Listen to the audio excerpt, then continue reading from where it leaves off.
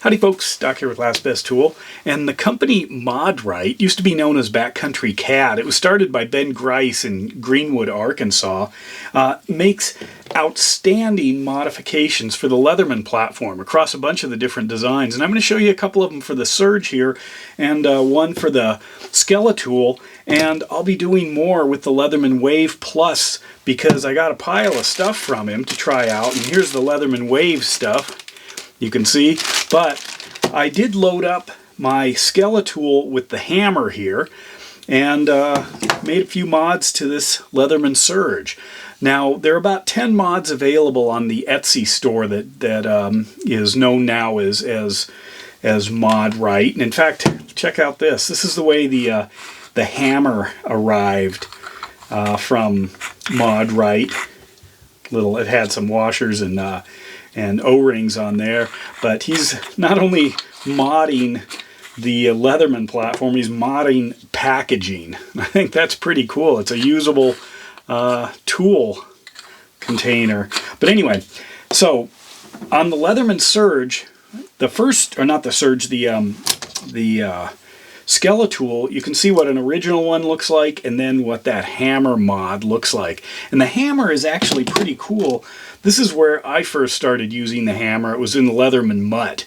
And just realized that's such a powerful platform if it's done right. And I always worried, is that strong enough? And it always has been. I mean, the Mutt's just an outstanding tool. I don't know. I'm sure you could mod it, but it's got so much on it. But anyway, the kind of the dead end on the Skeletool just was what?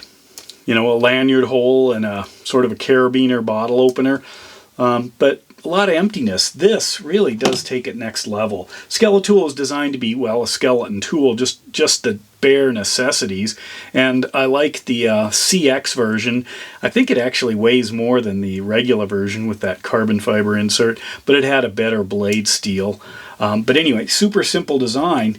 However, that hammer is something that does not get in the way, doesn't add a whole lot of weight, and then really gives you something else that you can do with the Skeletool.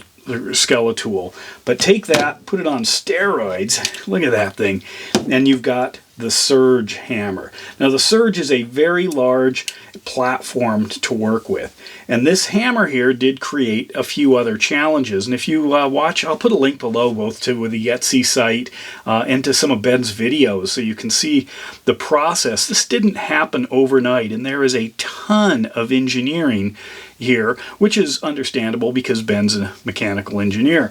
But anyway, taking this and just putting a flat plate on it, okay, you can do that.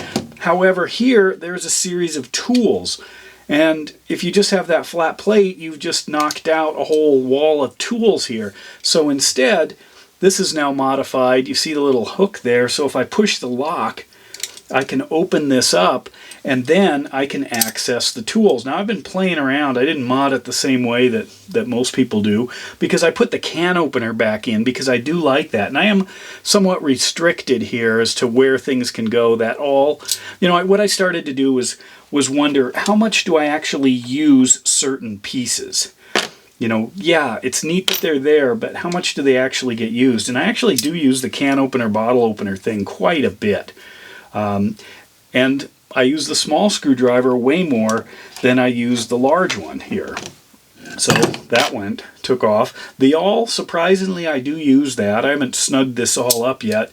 And one of the reasons is that I have to pull all these out because the nail slot in the can opener's on the wrong side, but I'm playing around. Anyway, normally you wouldn't have done what I did here, but anyway, that actually just locks in rock solid. And then over on this side, check out this mod. There's a little finger nail catch right there. This, look at that. That is a full quarter hex bit holder. The earlier one, or the previous one, was obviously running those Leatherman thin bits as well as, you could stuff another tool in. But in this case, that's a full-on bit holder. Now, this costs, the bit holder is about $27.50. The hammer here is about $45, I believe. And there are other things, and I haven't loaded this up yet, but there are some other other mods that you can do on the Surge that I'll be doing. This one is a utility blade, basically to hold, you know, the standard trapezoid utility blade. This one will be to hold the replaceable scalpel blades. So you can also think about end use. If you're a hunter, it might be really nice to have those scalpel blades on there. You know, if you're carrying it around utility knife-wise, you know, being real rough on the blades, maybe you want that interchangeable blade.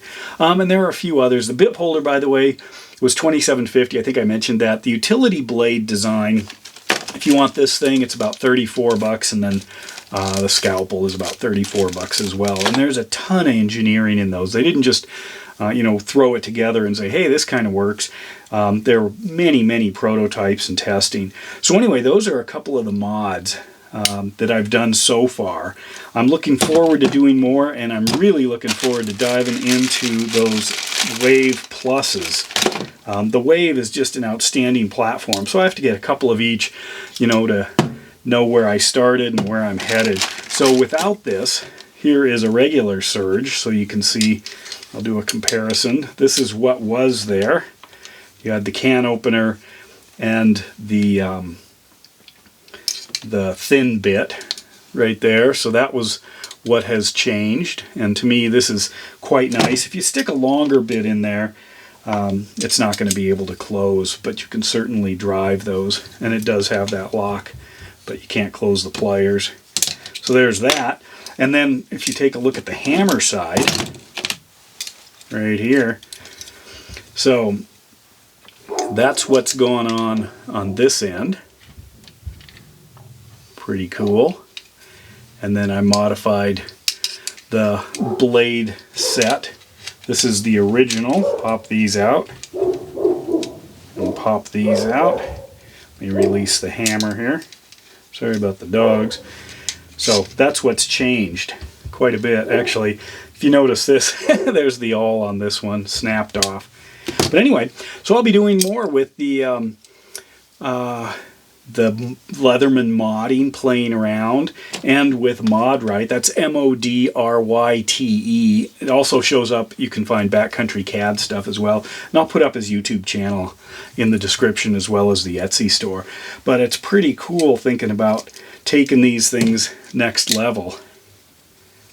I mean, especially with that bit holder. If you use these things a lot, which many of us do, then this certainly takes it. Unlock that, takes it to the extreme, thinking, what all could I put on one of these? Pretty slick. Anyway, let me know your thoughts. And with that, Doc out.